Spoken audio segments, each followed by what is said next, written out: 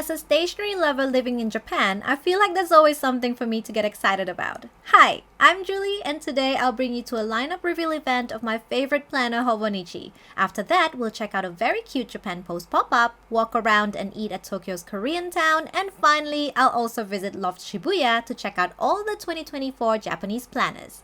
Let's go stationery hunting! Let's go! Yay! It was the morning of the 25th of August. I took the train to Kanda in Tokyo. I arrived at around 10 a.m. and the weather was still very hot and humid in Japan. So I bought a drink before meeting up with my friend for the first day of the Hobonichi Techo lineup reveal event. And here we are.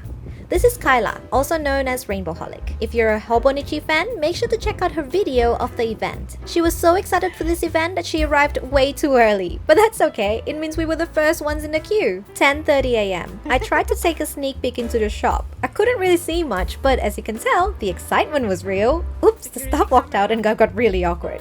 They were getting ready for the shop opening, so we might as well film our outfit of the day.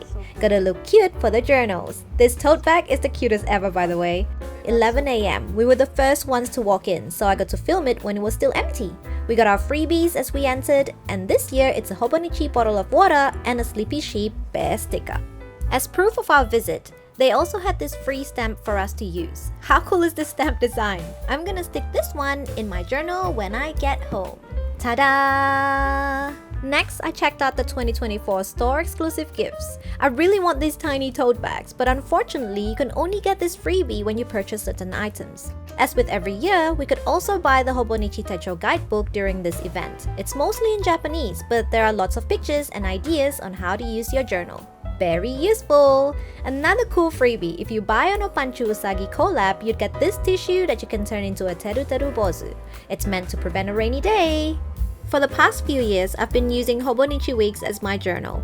They're compact and thin and have really cute designs. What I love about the Weeks is that it has weekly pages with blank grid note on the other side. This fits perfectly for my journaling style. I like sticking things and I don't actually write much in them. It's my way of memory keeping, but also because I'm a collector, so finding little things in my daily life to keep is always fun. And just having a cute little journal makes me want to journal more. Might just choose a simple colored journal that I can decorate with stickers myself. These are my 5 possible picks. I only need one, I think. Anyways, if you're more into the A6 and A5 journals, let's take a look at some of the things I spotted. I'm tempted to get an A6 Hon. Don't know what I'm gonna use it for though. But hey, there are 2 types of people in the world. One who buys a journal with a purpose in mind, and one who likes a planner and makes up a purpose so that we can buy it. I'm not gonna say which one I am though. Hobonichi also has some really cool accessories that you can match with your journals. I personally love this one. It's a deco rush tape with a cute panda design. The tires look like washi tapes or donuts. Either way, I can think of many uses for it. They have other cute things you can buy at Tobichi Tokyo, so if you're a stationery lover visiting Japan, I reckon you should save this store on your list whether or not you use Hobonichi as your journal. Yes, I'm back here because I'm still stuck thinking about how I'm not gonna get this cute tote bag unless I buy the bigger journal. Well, I guess I know what to do then. No, not steal. Okay, time for me to walk away from one dangerous temptation to another. I trained to Shibuya to meet up with my cousin who was visiting Japan. I love walking past this area in Shibuya Station. Also, love how Japan has a way of making everything seem so exciting and so colorful. We were in Shibuya to visit a pop-up event by Japan Post called Zukyun Post Office. And this is exactly what I love about Japan. There's always something for us stationery lovers. Which means more temptations. They had Japan Post merchandise designed by various artists. So of course, we had to support, right? And also we got a coin so that we can make our very own postage stamps. Choose a design you like. What do you want? I'd say either pink or red. Let's do red.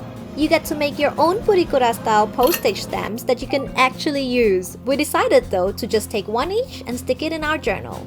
Next, we got to write a letter. There were so many pretty colors to choose from, including this postcard where you got to send one half and give the other half in person. As with most stationery events in Japan, there were also free stamps to use. This event was created to encourage young people to send more letters, so of course they made it so fun and colorful. Let me show you what else we got up to while at this pop-up. We picked up a letter and a heart tag as well as some stickers and washi.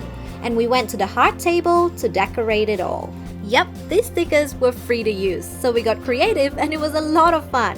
Once you're done writing and decorating, you could also send your letter right away through this huge heart-shaped postbox. I personally love the anonymous confession note corner. I guess you're meant to write a note for your secret crush, but I saw many tags with names of famous artists, so I wrote one for my K-pop idol group. Because what's a life without fangirling anyway, right?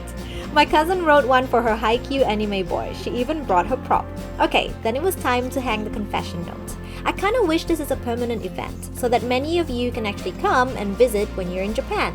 The good thing is, they had a survey at the end that asked us for some ideas for their next pop-up, so hopefully there'll be more coming. After you filled in your survey, you could also get this free sticker. Seriously, Japan, why are you so perfect? And that wasn't it. You can also get a free soda by posting on your socials about the event. Oh, and lollies too. It was a hot day outside, so it was perfect to cool down with our free soda. By this stage, I was getting pretty hungry, but nothing like a heart-shaped straw to keep me filming and entertained. It had been a perfect day so far, so cheers to that. I don't know about you, but seeing cute things and stationery always make me happy. But also, if you know me, Julie does not live by cute things alone. It's time to head to our next spot. Oh my gosh, what is that man wearing on his head? Okay, don't get me distracted because it's lunchtime. And it's time to head to Korean Town.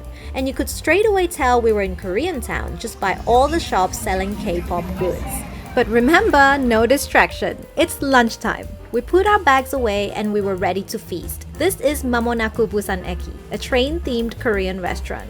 We ordered our main meal of bulgogi and it came with some fairy floss, i.e. sugar, because even the food we eat has to be cute. But more importantly, this restaurant has an all-you-can-eat policy for the side dishes and drinks. We had Korean pancakes, japchae and tteokbokki, fried chicken, and even potato twisters, all refillable. You even get to choose a dessert at the end. Once we were full, we did some shopping. My cousin bought this JYP sticker because you can do stationery shopping pretty much anywhere in Japan. I found a Park Seo-joon life-size cutout. Here's proof that he's shorter than me. Yay! After that, we had dessert because it was too hot to shop. We had Korean snow ice at Sulping. It was pretty decent, but the bingsu melted way too quickly. But that's alright, I was here for the Indomie toast anyway. This thing is mochi mochi on the inside. It's amazing and you have to try it. It was getting dark by the time we left, but before we went into the station, my cousin got her stamp book out for the Shin Okubo train stamp. Yep, if you're in Japan, make sure to have a stamp book everywhere you go. And then we went home. But wait, there's more! 1 week later, I returned to Shibuya to visit Loft. September is the start of planning for your planner season. So I went to Loft to check out some of my options. But as I walked in, I got distracted. I saw this whole section selling bags and pouches with really cool designs, and they were all Asian food themed goods, like this mooncake pouch. They also had Hong Kong style or Malaysian style cafe tote bags, and also Korean food pouches of different sizes and different foods, and so much more. As somebody who loves food, I've always had a thing for food-related goods. This was the one that spoke to me the most. An egg tart drawstring pouch. I've always loved egg tarts since I was a kid, but today, I resisted the temptation. Let's focus. I was here to show you some of the 2024 journals and planners that are available in Loft right now. The character goods planners are always so much fun to flip through. By the way, if you don't know Mofusando, this is your cue to do some research. My personal favorite from this section is this Little Prince habit tracker. Useful and pretty. I'm still deciding what kind of planner I need next year, and right now my heart is saying this little twin star ring planner might be it. It might still change though. And Loft has so many planners with different uses and needs. For me, I think I like a work planner that is small enough but with weekly pages so that I can write my to-do list and track some habits, and also just to scribble some ideas. And looking through all the options, I had so many thoughts. What are my needs? How do I work best? What makes me happy? And just how many books can I store in my tiny Japanese house? With that in mind, I decided to do more thinking before buying. So yes, as a stationery lover in Japan, the period during the end of August and early September is always an exciting part of my year. Not just because it's planning for planner season, but also because I get to recalibrate my life and priorities to figure out what I really need. And it's fun to do this. I hope you've enjoyed my vlog exploring spots around Tokyo, finding cute things and stationery that make us happy. I love living in Japan, and I hope I can virtually share all the things I love through this YouTube channel. So if you're a kawaii lover or if you love food and travel, please subscribe to this channel, share this video, or comment down below. It really helps motivate me to create more content. Until the next one, make sure to have fun and eat snacks. Bye!